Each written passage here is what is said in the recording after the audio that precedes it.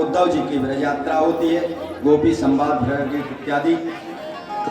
और जब उद्धव जी आते हैं मथुरा लौट करके, क्योंकि उद्धव जी को इसलिए भेजते हैं कि उद्धव जी ज्ञानवान तो बहुत देखे, लेकिन प्रेम उनके अंदर नहीं है, कोरे ज्ञानी हैं। और जब कोई सिर्फ ज्ञानार्जन करता है, विभिन्न पुस्तकों को पढ़ लेता है, विभिन्न डिग्रियां ले लेता है, कोरा ज्ञान होता है जब व्यक्ति को, यदि उस ज्ञान में समन्वित प्रेम नहीं है तो ज्ञानाभिमान हो जाता है, ज्ञान का अभिमान हो जाता है। और इसलिए उद्धव जी को ज्ञान का अभिमान है, इसलिए उन्हें प्रेम का पाठ पढ़ाने के लिए उद्धव जी को भेजते हैं। और वो जाकर के जब गोपियों को समझाने जाते हैं और जिस क्षण देखते हैं गोपियों की स्थिति कि महाराज गोपियां तो ऐसी मगन हैं कि तुलसी का पौधा है और वो हिल रहा है, तो कहते हैं क्यों तुलसी बता, तूने कन्हैया को देखा? तुलसी के पत्ते हिलते हैं, ये सौत नहीं बताएगी, सिर हिला रही है, कह रही है मैं नहीं बताऊंगी। महाराज एक भावरा आता है और एक गोपी के चरणों के पास बैठ जाता है, एक गोपी बात करने लगती है, कहते देखो जैसे वो सांवला है ऐसे ही ये सांवला है, इसके पंखों पर चमकीले चमकीले पीले पीला पीला पीतांबर जैसा पड़ा हुआ है, जैसे वो पीतांबर डालता था ऐसे ही इसका है। और जैसे ये भावरा बड़ा छली है, कपटी है, जिस फूल में बैठता है उसी को काटता है, ऐसे ही वो कपटी है।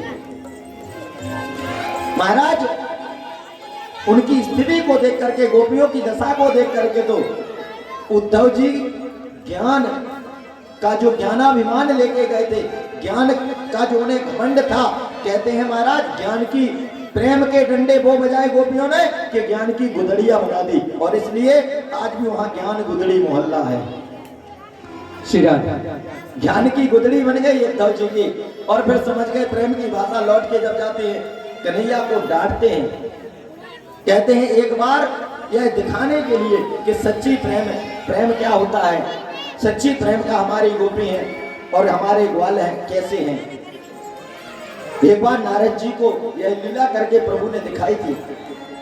एक बार प्रभु ने कहा मेरे पेट में बहुत तेज दर्द होने लगा, बहुत परेशान है, सारे परेशान हो गए, वैद्य चिकित्सक बुलाए, कुछ नहीं आराम मिला।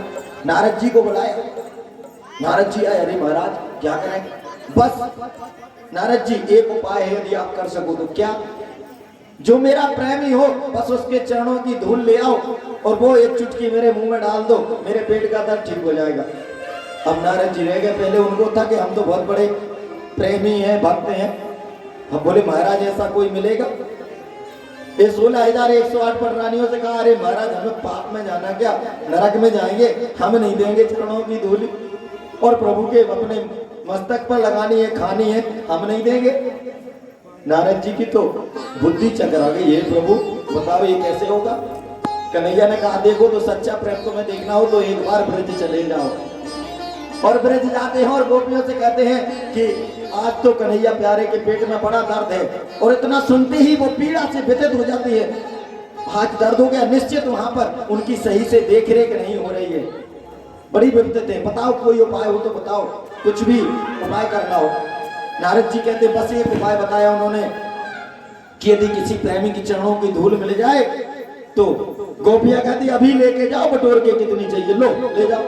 बोले अरे कन्हैया मुख में रखेंगे सिर पर, उससे क्या होगा, हम लोग नरक में जाएंगे ना, हम हजारों वर्षों तक नरक में जाने को तैयार है, लेकिन अपने कन्हैया को एक क्षण के लिए कष्ट में नहीं रखना चाहते, हमें नरक मिलेगा ना, ले जाओ हमारे चरणों की धूल। ये सच्चा प्रेम है।